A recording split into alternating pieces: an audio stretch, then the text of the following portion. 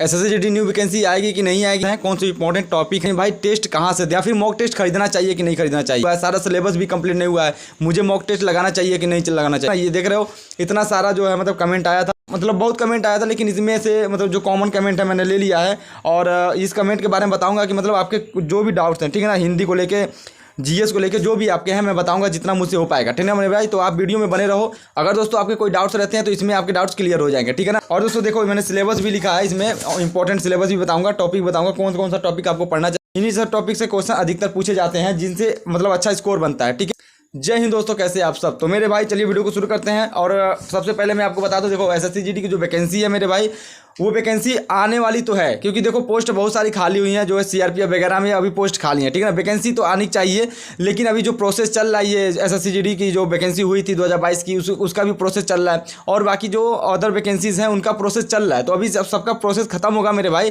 तो उसके बाद से हो सकता है कि कैलेंडर में ये एसएससी जीडी की बात हो, ठीक है। अगर कैलेंडर में एसएससी जीडी की बात हुई तो यानी कि 100% एसएससी जीडी की वैकेंसी आएगी। और मेरे भाई देखो, अगर नहीं आई वैकेंसी तो आप तैयारी नहीं करोगे क्या, आप ये सोचो, ठीक है। आपको तैयारी करनी है चाहे वैकेंसी आए या ना आए, ठीक है ना। आपके वैकेंसी के ऊपर ये डाउट थे, ये डाउट्स आज क्लियर हो जाने चाहिए मेरे भाई कि देखो वैकेंसी आएगी तो ठीक है, नहीं आएगी तब भी ठीक है, आपको तैयारी रखना है मेरे भाई। ऐसा नहीं है कि जब वैकेंसी आ जाएगी तो उसके बाद से आप तैयारी स्टार्ट करोगे। अगर आपकी तैयारी हो चुकी है, मतलब लगभग में आपकी तैयारी सही है, आप सोचते हो कि मेरा ठीक ठाक नंबर आता है, तो आप किसी अदर वैकेंसी की तैयारी करो, उसका मॉक टेस्ट लगाओ, उसी पर फोकस करो। जब एसएससी जीडी की वैकेंसी आए तो उसको आप देख लेना, ठीक है ना। तो मेरे भाई अगर आपकी तैयारी बिल्कुल भी नहीं है, स्टार्टिंग से कर रहे हो, तो मेरे भाई अभी आप स्टार्ट करो, बस पढ़ो, बस एसएससी जीडी वैकेंसी आए ना आए उससे आपको मतलब नहीं होना चाहिए, आप बस अपनी पढ़ाई पर ध्यान दो, ठीक है ना। तो दोस्तों अब बताते हैं टॉपिक के बारे में कि मतलब कौन कौन सा टॉपिक होता है मैथ और रीजनिंग में, जिनको मतलब पहले पढ़ना चाहिए। देखो मैथ की बात करें मेरे भाई, आप रफ ले लो, एक कॉपी ले लो, ठीक है ना, नोट आउट करते रहना, क्योंकि मैं यहाँ पे लगा नहीं पाऊंगा, उसमें बहुत टाइम लगता है यार लगाने में, ठीक है।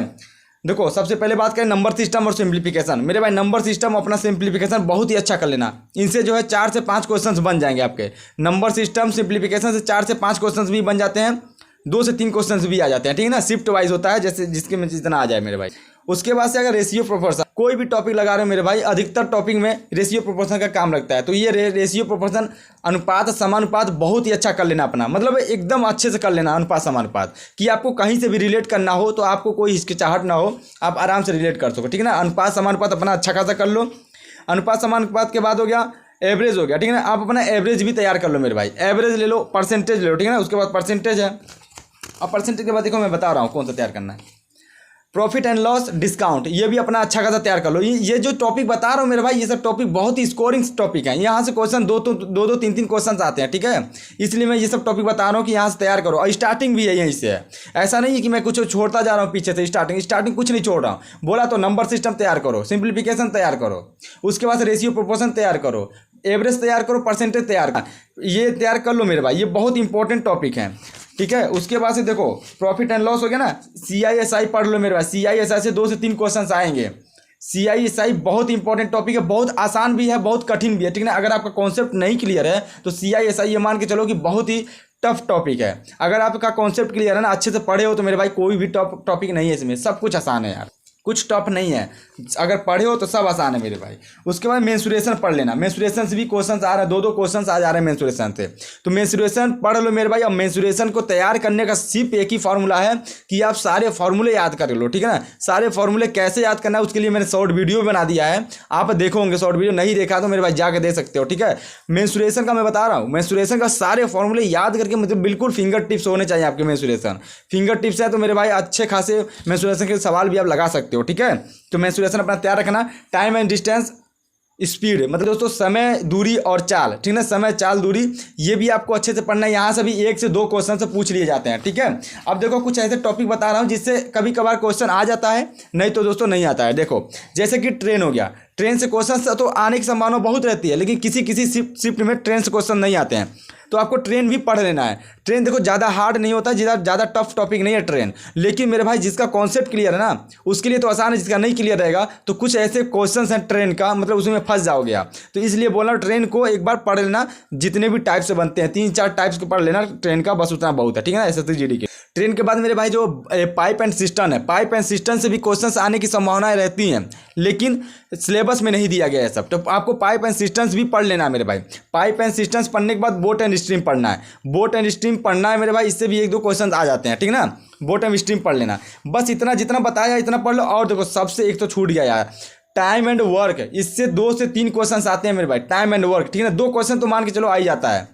मतलब कि कार्य और समय आपको बहुत ही अच्छा पढ़ना पड़ेगा, ठीक है ना। ये दोस्तों बहुत ही अच्छा खासा टॉपिक है ये सब। इसको पढ़ने से क्या होगा ना, जो टॉपिक आपके बच जाते हैं, जैसे कि मिक्सर हो गया ना।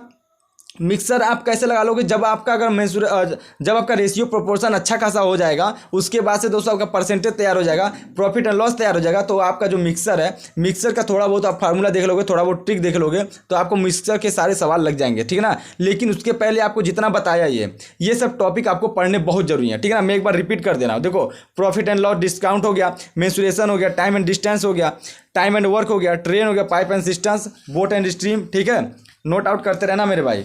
नंबर सिस्टम, सिंप्लीफिकेशन हो गया, डेसिमल एंड फ्रैक्शन हो गया, ठीक है। परसेंटेज, रेशियो प्रोपोर्शन, एवरेज और इंटरेस्ट में CI SI दोनों आ जाएगा। तो बस इतना आप अच्छा खासा कर लो अपना। करने के बाद दोस्तों प्रैक्टिस भी करते रहना इसका, ठीक है ना। जैसे कि आपका सिलेबस, जिसका टॉपिक जो है खत्म हो, सब्जेक्ट जो आपका टॉपिक खत्म हो रहा है, उस टॉपिक का आप प्रैक्टिस करके तब अगला टॉपिक स्टार्ट कर लेना, ठीक है ना। बस इतना करो, डेली अपने नोट्स वगैरह बनाते रहो, ठीक है। अब देखो रीजनिंग की बात करते हैं। रीजनिंग में आपको क्या क्या तैयार करना है, तो रीजनिंग में सबसे पहले मैं आपको बता दूं, ये फंडामेंटल अल्फ़ाबेटिकल आपको तैयार करना है। जैसे कि मतलब ए का मान क्या होता है, जेड का मान मतलब स्थानीय मान उनका पता कर लेना, ठीक है ना। जैसे कि पी का मान होता है 16, क्यू का मान होता है 17। तो इस तरह से आपको पहले ये सब पढ़ना है। ये सब तो आपको पता भी होगा, जिसको नहीं पता है मैं बता दे रहा हूँ। ये सब कर लेना। ऑपोजिट नंबर याद कर लेना कि मतलब ऑपोजिट कौन कौन सा होता है, ये सब आप अच्छे से याद कर लेना मेरे भाई। जब ये सब याद कर लोगे ना, उसके बाद से स्टार्ट करना एनालॉजी से आपके 2 से 3 क्वेश्चन आ जाते हैं, ठीक है ना। पेपर में एनालॉजी से 2 से 3 क्वेश्चन आ जाते हैं। कोडिंग डिकोडिंग अच्छा खासा कर लो मेरे भाई, इससे अच्छे खासे क्वेश्चन बन जाते हैं। अगर कोई क्वेश्चन ऐसा अगर जो थोड़ा घुमा के दे देगा तो फंस जाओगे आप। इसलिए बोल रहा हूँ, कोडिंग डिकोडिंग से 2 से 3 क्वेश्चन आते हैं, अच्छा खासा स्कोर बन जाता है यहाँ से। कोडिंग डिकोडिंग अच्छे से पढ़ लेना, ठीक है। क्लासिफिकेशन आ गया। क्लासिफिकेशन में 2 टाइप के आते हैं, ठीक है ना। फिगर क्लासिफिकेशन एंड नंबर, यानी कि नंबर क्लासिफिकेशन। तो इसलिए क्लासिफिकेशन को भी एक बार अच्छे से देख लेना, ठीक है ना। क्लासिफिकेशन से भी आपके 3 से 4 क्वेश्चन क्लासिफिकेशन से आ जाएंगे। फिगर का भी हो गया, नंबर का भी होगा, ठीक है ना। और उसके बाद से ब्लड रिलेशन पढ़ लेना। ब्लड रिलेशन से दोस्तों आपके 2 से 3 क्वेश्चन आ जाते हैं। 2 क्वेश्शन तो मान के चलो आ जाते हैं ब्लड रिलेशन से, या फिर कभी कभार एक ही क्वेश्चन आता है, ठीक है दोस्तों। डायरेक्शन पढ़ लेना। डायरेक्शन से भी अच्छा खासा मतलब क्वेश्चन आ जाता है। एक क्वेश्चन तो जरूर आएगा डायरेक्शन से, तो डायरेक्शन भी आप पढ़ लेना। डायरेक्शन के बाद रैंकिंग पढ़ लेना। देखो रैंकिंग में भी क्या करना है दोस्तों, रैंकिंग में भी सीधा वाला हो गया, ठीक है, सर्किल वाला हो गया, स्क्वायर वाला हो गया, ये सब आपको पढ़ना है। रैंकिंग में जितने टाइप से बनते हैं सारे आपको पढ़ना है, ठीक है ना। रैंकिंग पढ़ लेना। रैंकिंग के बाद सीरीज हो गया। सीरीज में 2 होता है, एक नंबर सीरीज होता है, एक अल्फ़ाबेटिकल सीरीज होता है। तो आप सीरीज भी अच्छे खासे पढ़ लेना। सीरीज के क्वेश्चन आते हैं ना, तो फंसा देता है कभी कभी, तो आपको प्रैक्टिस ज़्यादा करना है इन सब, मतलब रीजनिंग में जो टॉपिक बता रहा हूँ इन पर प्रैक्टिस ज़्यादा करना है। सीरीज हो गया, मिसिंग नंबर हो गया, इन सबको प्रैक्टिस कर लेना है मेरे भाई, ठीक है। सीरीज के बाद सिलोगिज्म मेरे भाई, इसको आप एक बार समझ लेना। जितने टाइप्स बनते हैं ना सिलोगिज्म का, उसमें कॉन्सेप्ट अपना क्लियर करना कि सिलोगिज्म बनता कैसे है। डायग्राम वाला लेना, 150 वाला कभी मत लगाना। 150 वाले में हमेशा कन्फ्यूजन रहता है, ठीक है। बहुत लोग होंगे जो सिलोगिज्म को 150 से करेंगे, लेकिन मेरे भाई आपको 150 से नहीं करना है, आपको डायग्राम से सीखना है। मैं भी पहले 150 से करता था, 150 का लेकर करता था, लेकिन कन्फ्यूजन में रहता था। लेकिन जब से डायग्राम वाला सीख गया था ना, उसके बाद से कोई कन्फ्यूजन ही नहीं, सारे डाउट्स क्लियर हैं, ठीक है। तो सिलोगिज्म आपको डायग्राम वाला सीखना है, ठीक है ना, उसका कॉन्सेप्ट क्लियर करना है, ठीक है। उसके बाद से पजल हो गया। देखो पजल में भी क्वेश्चंस आते हैं मेरे भाई, पजल में भी क्वेश्चंस आते हैं। पजल में क्या होता है, मिसिंग नंबर भी आपका आता है। अब मिसिंग नंबर आता है तो इसमें से 1 से 2 क्वेश्चंस आ जाएंगे, तो इसको आपको तैयार करना है। पजल भी, ठीक है ना, पजल भी, मिसिंग नंबर, ये सबको तैयार करना है।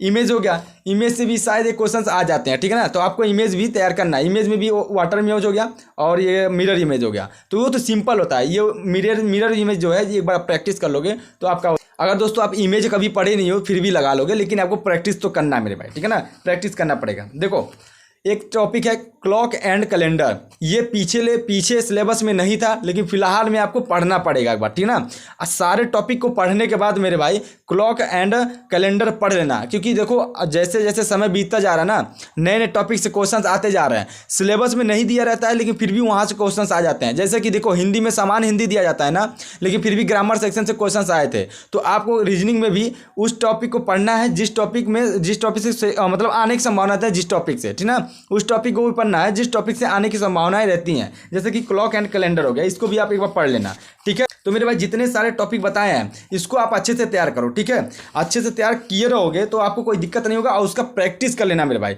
और विद नोट्स, ठीक है ना, नोट्स के साथ आपको प्रैक्टिस करना है। अब बहुत लोग पूछेंगे कि सचिन भाई हिंदी के लिए कैसे तैयार करें। देखो मेरे भाई, हिंदी आपको तैयार करना है ना, तो अगर हिंदी आप बिल्कुल भी नहीं पढ़े हो तो पहले सामान्य हिंदी पढ़ो जो आम बोल भाषा है, ठीक है ना। जैसे कि उपसर्ग प्रत्यय हो गया, एक वचन बहुवचन हो गया, उपसर्ग प्रत्यय एक वचन बहुवचन, शुद्ध वर्तनी, शुद्ध वाक्य हो गया, ठीक है ना, प्रतिस्थापन हो गया, या फिर कौन सा वाक्य शुद्ध है, कौन सा मतलब कौन सा शब्द जो कौन सा ऑप्शन ऐसा होगा जो वहाँ पे पुट किया जाएगा, रिक्त स्थान हो गया, मुहावरे हो गया, लोकोक्तियाँ हो गया, विलोम शब्द, पर्यायवाची शब्द, ये सब अपना तैयार करो। पहले इन्हीं लोग को तैयार करो, ठीक ना। ये सब ऐसे हैं जो हमेशा डाउट्स में रहते हैं, इन लोग को अच्छे से तैयार करो। उसके बाद ये सब पहले सामान्य हिंदी तैयार करो। सामान्य हिंदी तैयार करने के बाद आप काम करना, आप ग्रामर सेक्शन भी कुछ पढ़ लेना। ग्रामर सेक्शन के बारे में मैं बता दूंगा, जैसे कि अगर नोटिफिकेशन आता है तो आपकी पारी नोटिफिकेशन में तो हो सकता है दे दिया जाएगा ग्रामर सेक्शन से कौन कौन से क्वेश्चंस आएंगे, ठीक है, कहाँ कहाँ से क्वेश्चंस आएंगे, ये नोटिफिकेशन में जरूर मिलना चाहिए आपकी पारी, क्योंकि उस बारी तो नहीं मिला था, तो इस बारी तो जरूर आएगा, ठीक है। नोटिफिकेशन में, कैलेंडर के नोटिफिकेशन में मेरे भाई जरूर आएगा, ठीक है, जब वैकेंसी आएगी तो। लेकिन आपको ग्रामर सेक्शन भी पढ़ना है अपना, पहले सामान्य हिंदी पढ़ लो, उसके बाद ग्रामर सेक्शन का भी पढ़ लेना। तो आपका मैथ हो गया, रीजनिंग हो गया और हिंदी हो गया। जीएस की बात करें तो मेरे भाई देखो, जीएस के लिए मैं आपको हर बार कहता हूँ, जीएस जितना रिवीजन करोगे, जितना रटोगे उतना ही अच्छा होगा, ठीक है। तो जीएस आप कहीं से भी पढ़ते हो या भी कहीं से बैच लिए हो तो मेरे भाई आप पढ़ सकते हो, वहाँ से कोई दिक्कत नहीं है, ठीक है, आप पढ़ लेना वहाँ से। अब दोस्तों कुछ मतलब क्वेश्चन देख लेते हैं कि मतलब कौन कौन से क्वेश्चन आप लोग पूछ रहे थे। जैसे देखो एसएससी जीडी न्यू वैकेंसी कब आएगी, तो मैंने आपको बता दिया, ठीक है। अब वो चक्षु बुक के बारे में बताओ। चक्षु बुक देखो मेरे भाई, चक्षु जो बुक है, प्रैक्टिस सेट है, वो बहुत ही अच्छा है। मतलब जितने भी प्रैक्टिस सेट होते हैं मेरे भाई, ऐसा नहीं कि आप स्पेशल चक्षु बुक को लेके पढ़ो और बाकी सबको छोड़ दो, ऐसा नहीं है। आप चक्षु बुक से भी लगाओ, अग्रवाल से भी लगाओ, किरण से भी लगाओ, जितने भी प्रैक्टिस सेट बनते हैं प्रैक्टिस करो। हर एक जगह से, हर एक लैंग्वेज में क्वेश्चंस लगाने की कोशिश करो, जिससे कि क्या हो कि आपका जो माइंड है ना वो बिल्कुल सेट हो जाए कि मतलब किस तरह से क्वेश्चंस आ रहे हैं, जिस तरह से भी क्वेश्चंस आए आप आराम से लगा लो, ठीक है ना। तो कोई जरूरी नहीं है कि चक्षु बुक ही ले, ये ले, आपको लगता है ले लो, लेकिन मेरे भाई ये भी बुक बहुत ही अच्छा है और भी बाकी बुक बहुत ही अच्छे हैं, ठीक है ना। आप जितने भी बुक से लगाओ, गलत बुक है उसको भी लगाओ यार, तो कम से कम पता तो चलेगा कि कहाँ से क्वेश्चन गलत होते हैं। दोस्तों और एक क्वेश्चन है कि मतलब मैथ किस टीचर से करें, तो मेरे भाई देखो टीचर सारे अच्छे होते हैं, स्टूडेंट अच्छा है कि नहीं पढ़ने में ये मायने करता है। आप अच्छे से पढ़ते हो कि नहीं पढ़ते हो ये मायने करता है। आपका प्रैक्टिस कितना है, आप मॉक कितना लगाए, प्रैक्टिस कितना की हो और कितना टाइम दियो मैथ को, ये मायने करता है। टीचर कौन है ये मायने नहीं करता है। टीचर तो सब अच्छे पढ़ाते हैं, ठीक है। और कोई भी टीचर देखो यूट्यूब पे मैं बता रहा हूँ, यूट्यूब पे कोई भी टीचर फुल नहीं पढ़ाएगा, पूरा नहीं पढ़ाएगा, ठीक है। कुछ ऐसा पढ़ाएगा, कुछ तो जरूर छोड़ेगा जो पैड बैच में होता है, ठीक है ना। तो आपको इससे टेंशन लेने की जरूरत नहीं है। अगर आप यूट्यूब से पढ़ना ही चाहते हो तो परमवीर बैच से पढ़ो, मुझे जहाँ तक लगे बहुत ही अच्छा है, ठीक है। कहीं से और से पढ़ रहे हो तो मेरा उसको छोड़ो नहीं, कहीं और से पढ़ो तो छोड़ो मत, उस पर कंटिन्यूटी बनाए रखो, एक ना एक दिन उसमें भी आपका आराम से तैयार हो जाएगा। अगर कहीं और से नहीं पढ़ रहे हो, अभी स्टार्टिंग की हो, तो परमवीर बैच यूट्यूब से सर्च करो मेरे भाई, पढ़ो, क्योंकि मैंने भी वहाँ से पढ़ा है और बहुत लोग पढ़े हैं, आप पूछ सकते हो, वहाँ से बहुत ही अच्छा खासा मैथ का कॉन्सेप्ट क्लियर होता है, ठीक है ना। आप परमवीर बैच से पढ़ सकते हो मेरे भाई। अगर आप कहीं से पढ़ रहे हो तो वहीं से पढ़ते रहो, बस नोट्स बनाते रहो मेरे भाई। नोट्स बनाने के बाद जब आपका रिवीजन होगा ना, तब जाके आपको मजा आएगा पढ़ने में भी, ठीक है। अब दूसरा क्वेश्चन है कि मास्टर रीजनिंग बुक का रिव्यू दो। तो मेरे भाई मास्टर रीजनिंग बुक का रिव्यू देखो, ये मास्टर रीजनिंग है, आपको दिख रहा है, ये मास्टर रीजनिंग है। इसमें मैं बता रहा हूँ, इसमें मतलब टाइप्स वाइज क्वेश्चन दिए गए हैं। ये master reasoning special SSC GD के लिए नहीं है यार, ये मास्टर रीजनिंग देखो हर एक वैकेंसी के लिए मेरे भाई। स्टेट लेवल के लिए तो बहुत ही अच्छी बुक है ये मास्टर रीजनिंग, प्रैक्टिस करने के लिए। लेकिन अगर आप एसएससी जीडी पे अगर इसको फोकस करते हो मास्टर रीजनिंग से ना, तो कहीं आपका गलत हो ही नहीं सकता, ठीक है। तो बहुत ही अच्छी बुक आप ले सकते हो मास्टर रीजनिंग। इसमें क्या है, टाइप वाइज क्वेश्चन दिए गए हैं, इसका रिव्यू क्या करना है मैं खुद बता दे रहा हूँ आपको, ठीक है। और उसके बाद से क्वेश्चन है मेरे भाई, पढ़ाई करते समय बोल के पढ़े या नहीं। तो मेरे भाई देखो ये क्वेश्चंस भी बहुत ही अच्छा है। जैसे देखो, जैसे सबकी अलग अलग कैपेसिटी होती है, लेकिन मेरा मानना है जहाँ तक सबसे ज़्यादा फायदा होता है कि अगर आप कुछ बोल के करते हो, जैसे कि थोड़ा बहुत बोल के पढ़ते हो, याद करते हो, तो वो जल्दी से लर्न होता है, ठीक है ना मेरे भाई। दूसरा क्वेश्चन है कि ऑफलाइन टेस्ट लगा सकते हैं या कि नहीं एसएससी जीडी का। देखो एसएससी जीडी जो है पहले ऑफलाइन होता था, लेकिन कंप्यूटर बेस्ड एग्जाम है, ठीक है। तो मेरे भाई इस हिसाब से बहुत लोग सोचते हैं कि यार ऑफलाइन बुक लगाएंगे तो ये मेरे लिए गलत होगा। ऐसा नहीं है यार, जब आप ऑफलाइन बुक लगाओगे ना तो वहाँ से बहुत ज़्यादा मतलब फील होता है अंदर से कि मतलब ऑफलाइन बुक लगा रहे हो फिर भी आपका प्रैक्टिस तो हो रहा है। मॉक इतने सारे मॉक नहीं मिलेंगे जितना आपको ऑफलाइन मिल जाएगा, तो ऑफलाइन लगाना बहुत ही ज़रूरी है। हम लोग भी ऑफलाइन ही लगाते थे, प्रैक्टिस करते करते, तब उसके बाद हम लोग अदर प्लेटफॉर्म पे जाके तब मॉक टेस्ट लगाने लगे। लेकिन अभी भी हम लोग लगाते हैं तो ऑफलाइन ही लगाते हैं, ठीक है ना। ऑफलाइन लगा सकते हो, कोई दिक्कत नहीं है, बहुत ज़रूरी भी है ऑफलाइन लगाना। मैथ का भी नोट्स बनाना चाहिए या नहीं? तो मेरे भाई देखो, मैथ का नोट्स बिल्कुल बनाना चाहिए दोस्तों। मैथ का नोट्स नहीं बनाओगे तो बहुत ही दिक्कत हो जाएगा, ठीक है ना। आपको तैयारी करने में थोड़ा टाइम लग जाएगा, तो मैथ का नोट्स बना लो। नोट्स भी अगर शॉर्ट नोट्स बनाना चाहते हो तब भी कोई दिक्कत नहीं है, शॉर्ट नोट्स ही बना लो। जैसे कि आप एक टाइप्स के एक क्वेश्चन ही लिखना अपने नोट्स में, कोई दिक्कत नहीं। लेकिन मेरे भाई उस नोट्स का एक बार बना के, उस नोट्स को बना के उसके बाद से उसका रिवीजन करते रहो। रिवीजन करने के बाद देखोगे कि मतलब आपका जो नोट्स है वो आपके दिमाग में बिल्कुल सेट हो जाएगा, ठीक है। तो नोट्स बनाना बहुत जरूरी है, सारे सिलेबस का नोट्स बनाओ मेरे भाई, किसी का छोड़ो मत। नेक्स्ट क्वेश्चन है मेरे भाई कि हिंदी ग्रामर का बेस्ट बुक कौन सा है? हिंदी ग्रामर का बेस्ट बुक मेरे भाई देखो, हिंदी ग्रामर ज़्यादा एडवांस नहीं पूछता है SSCGD में, लेकिन फिर भी आपको ग्रामर सेक्शन पढ़ना है तो बेस्ट बुक मेरे ख्याल से लूसेंट और आदित्य के बुक जो है बहुत ही अच्छी है। प्रैक्टिस भी ज़्यादा कुछ दिया रहता है उसमें, तो आप लूसेंट या फिर आदित्य पब्लिकेशंस की बुक ले सकते हो ग्रामर सेक्शन की, ठीक है ना। GS की बुक के लिए तो मेरे भाई GS की बुक के लिए तो मैंने बहुत बार बताया आपको, आपने बहुत सारी जगह देखा होगा। जो आपकी ब्लू बुक है, ये देख रहे हो, ये कहाँ गई, ये वाली, ये ब्लू बुक है, ये थ्योरिकल है, ये ऑब्जेक्टिकल है। दोनों का अगर मिक्सर करके पढ़ोगे तो मेरे भाई बहुत ही अच्छा खासा, अभी मैं भी पढ़ ही रहा हूँ, मेरा उतना अच्छा खासा नहीं GS है, लेकिन आने वाले टाइम में हो सकता है कि मेरा ठीक हो जाए। आप भी पढ़ते रहो यार, देख लो कहीं और से भी पता कर लेना। लेकिन मेरे ख्याल से जो है ब्लू बुक बहुत ही अच्छी है। स्पेशल SSCGD के लिए चाहिए तो मेरे भाई कोई भी GS की बुक स्पेशल किसी के लिए नहीं होती है। जितना पढ़ोगे उतना कम ही है, जितना नहीं पढ़ोगे उतना ही ज़्यादा होगा, ठीक है ना। अगर आपका पढ़ा हुआ आ गया तो ठीक है मेरे भाई, नहीं आया तो आपको मतलब पढ़े रहोगे तो जरूर कुछ ना कुछ आएगा। अगर बिल्कुल भी नहीं पढ़े हो तो कुछ नहीं आएगा मेरे भाई। तो पढ़ते रहो बस GS के लिए, और क्या ही बोलें आपको। बहुत से लोग पूछ रहे थे प्रैक्टिस सेट लगाएं या ना लगाएं। अभी तो तैयारी स्टार्ट किया है, अभी उतना सिलेबस भी पूरा नहीं है, कुछ ही सिलेबस पूरा किया है, सिलेबस कुछ ही % पूरा है। तो प्रैक्टिस सेट लगाना चाहिए, मॉक टेस्ट लगाना चाहिए कि नहीं लगाना चाहिए? आप डेली लगाते हो ठीक है, नहीं लगाते हो मेरे भाई 2 दिन 3 दिन पे या फिर 1 हफ्ते में आपको जरूर लगाना है। आप ऑफलाइन लगा सकते हो बुक से, तो लगाते रहो, ठीक है ना मेरे भाई। लेकिन लगाना है, ऐसा नहीं है कि मतलब आपको लगाना नहीं है।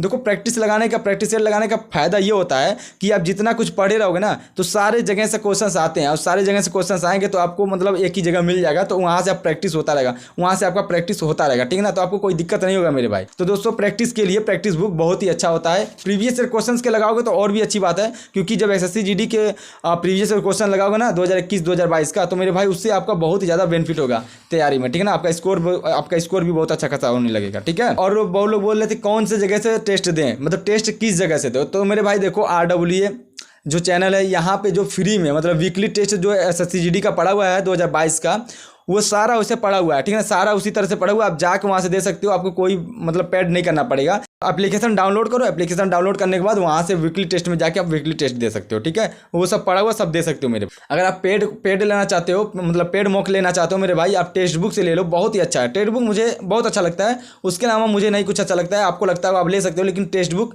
बहुत ही अच्छा है, वहाँ से आप टेस्ट दे सकते हो, मॉक टेस्ट लगा सकते हो, ठीक है ना मेरे भाई। देखो और लोग पूछ रहे थे कि रनिंग फिजिकल पर ध्यान दे कि नहीं, मतलब फिजिकल पर ध्यान दे कि नहीं। अभी से मेरे भाई मैं बोलता हूँ फिजिकल पे ध्यान क्यों देना यार, अपने घर ही पे कुछ एक्सरसाइज कर सकते हो, करो। अगर आपका वेट बहुत ज़्यादा है तो अपने डाइट पे फोकस करो, और डाइट पे फोकस करो, अपना वेट लॉस करो मेरे भाई। अभी जैसे बहुत ज़्यादा वेट है आपका, 70 तक वेट नहीं है, उससे हाई है, तो मेरे भाई कम करो। 68 किलो 70 किलो अपना वेट कर रखो। आपका जो वजन है ना वो 65 68 70 के बीच में होना चाहिए, क्योंकि इतना रहेगा तो आपको दौड़ने में कोई दिक्कत नहीं होगा, ठीक है ना। तो मेरे भाई फिजिकल में भी बहुत लोग छट जाते हैं, तो आप अपने फिजिकल पे, अपने डाइट पे ध्यान दो, अपने मतलब जो हेल्थ पे है उस पर ध्यान दो, हेल्थ पे ध्यान दो। मतलब प्रैक्टिस जो है क्लास से करें या फिर बुक से करें मेरे भाई। देखो आपको जो है ना, आप जो अपना कॉन्सेप्ट है वो क्लास से क्लियर करो। जो कॉन्सेप्ट है अपने कॉन्सेप्ट जो मैथ के वो क्लास से क्लियर करो, लेकिन प्रैक्टिस आपको अपने खुद बुक्स से लगानी है यार। अपने खुद को देना है यार टाइम, 2 से 3 घंटे 4 घंटे खुद को देना है। क्लास के अलावा, क्लास जो कर रहे हो उसको वो तो कर ही रहे हो, लेकिन उसके अलावा भी आपको खुद टाइम देना है। जब आप खुद को टाइम दोगे ना तभी जाके आपका कॉन्सेप्ट क्लियर होगा। आप जब खुद समझने की कोशिश करोगे, क्लास देखोगे तो क्लास देखते टाइम तो आपको समझ में आएगा, जब बुक से लगाओ तो नहीं लगा पाओगे। इसी तरह से जब आप कुछ दिन लगाओगे ना बुक से खुद ही से, तब आपका धीरे धीरे लगना शुरू हो जाएगा, ठीक है ना मेरे भाई। अब लास्ट में बोल रहे थे कुछ लोग सचिन भाई संडे को वीडियो ला यार, मतलब कुछ मोटिवेशनल लाइन बता दो। तो मेरे भाई देखो मोटिवेशन कुछ नहीं होता है, ठीक है। मोटिवेशन बस एक ही चीज़ होता है कि आपकी पढ़ाई, आप जो पढ़ रहे हो ना मेरे भाई, बस उसको अच्छा करो। आपका स्कोर कैसे बढ़ेगा, आपका जो सिलेबस है वो तैयार कैसे होगा, टॉपिक कैसे तैयार होंगे, टॉपिक खत्म कैसे होंगे, सिलेबस खत्म कैसे होगा, किस तरह से होगा, कहाँ से पढ़ना चाहिए, कहाँ से नहीं पढ़ना चाहिए। तो मोटिवेशन बस इतना सा है कि खुद के अंदर झांको और देखो कि आप कहाँ से तैयार कर सकते हो, किस जगह से आपको पढ़ना चाहिए, ठीक है ना। बस यही है और कुछ नहीं मेरे भाई। ये 2 घंटे 4 घंटे के मोटिवेशन लेके कुछ नहीं होगा। जब तक दोस्तों आपका नौकरी नहीं लगता है ना, तब तक के लिए अगर कोई मोटिवेशन नहीं है तो आपकी तैयारी में दम ही नहीं होगा, ठीक है। आपकी तैयारी में दम तभी होगा जब आप खुद अपने अंदर देखोगे कि मतलब कहाँ से मुझे तैयार करना है, किस तरह से तैयार करना है, और तैयार करना है तो कैसे तैयार करना है मेरे भाई, कितना मुझे पढ़ना चाहिए, कितना नहीं पढ़ना चाहिए, मेरे जो कैपेसिटी वो कितना है, ये सब आपको खुद ही देखना पड़ेगा मेरे भाई। और इससे ज़्यादा मोटिवेशन क्या होगा यार। सब लोग पढ़ रहे हैं, आप लोग भी पढ़ रहे हैं, तो सबके जैसे आप लोग भी पढ़ रहे हैं, तो आप एक कुछ ऐसा करो मेरे भाई, कुछ एडवांस पढ़ो, कुछ मतलब एक्स्ट्रा पढ़ो, कुछ शॉर्ट्स नोट्स बनाओ, कुछ दोस्तों स्मार्ट स्टडी करो, तो आपका तैयारी जो है बहुत अच्छा हो जाए। जितने भी डाउट्स हैं दोस्तों हो सकता है आपके क्लियर हो गए होंगे। इसके बाद भी अगर कोई डाउट्स रहता है तो मेरे भाई आप कमेंट कर देना। मुझे नहीं लगता कि इसके बाद कोई डाउट्स रहना चाहिए। लेकिन यार देखो, मैं हर बार बोलता हूँ, हर वीडियो में बोलता हूँ कि आपके जो डाउट्स हैं ना, आप जो सोचते हो कि यार ये नहीं है, ऐसा नहीं है, ऐसे होता क्या, ऐसे होगा क्या, तो मेरे भाई आप खुद भी सोचा करो यार, अपने डाउट्स को खुद ही क्लियर करने की कोशिश किया करो। खुद सोचो कि ये कैसे क्लियर होगा, ये कैसे क्लियर होगा। जो हम सोच रहे हैं, जो हम किसी और से पूछ रहे हैं, वो हम खुद ही कैसे करेंगे, क्योंकि आप 10वीं 12वीं में तो नहीं हो यार, कंपटीशन की तैयारी कर रहे हो। तो आप सेल्फ डिपेंड बनो मेरे भाई, सेल्फ डिपेंड बनो। जो पढ़ाई है, जो आपका मतलब सिलेबस है, वो तो टीचर ही बताएगा, मुझे पता है। लेकिन आपके जो डाउट्स हैं खुद सॉल्व करने की कोशिश करो, जो नहीं होता है, ठीक है ना। लेकिन मेरे भाई आप लोग क्या करते हो कि सिर्फ दूसरे पे डिपेंड रहते हो। जब तक सेल्फ डिपेंड नहीं बनोगे मेरे भाई, तब तक याद रखना कि सिलेबस भी कंप्लीट नहीं कर पाओगे ना कुछ ही। तो आपको सेल्फ डिपेंड बनना है। अपने अंदर विश्वास रखना कि मैं जो करूँगा उसको पूरे मतलब कंटिन्यूटी के साथ करूँगा, ठीक है ना। पूरा कंटिन्यूटी जब तक खत्म नहीं हो तब तक करूँगा। तो मेरे भाई 100% आपका सिलेबस भी कंप्लीट होगा और कोई डाउट तो भी नहीं रहेगा, ठीक है। तो मेरे भाई फिर मिलेंगे नेक्स्ट वीडियो में, तब तक के लिए जय हिंद, टेक केयर।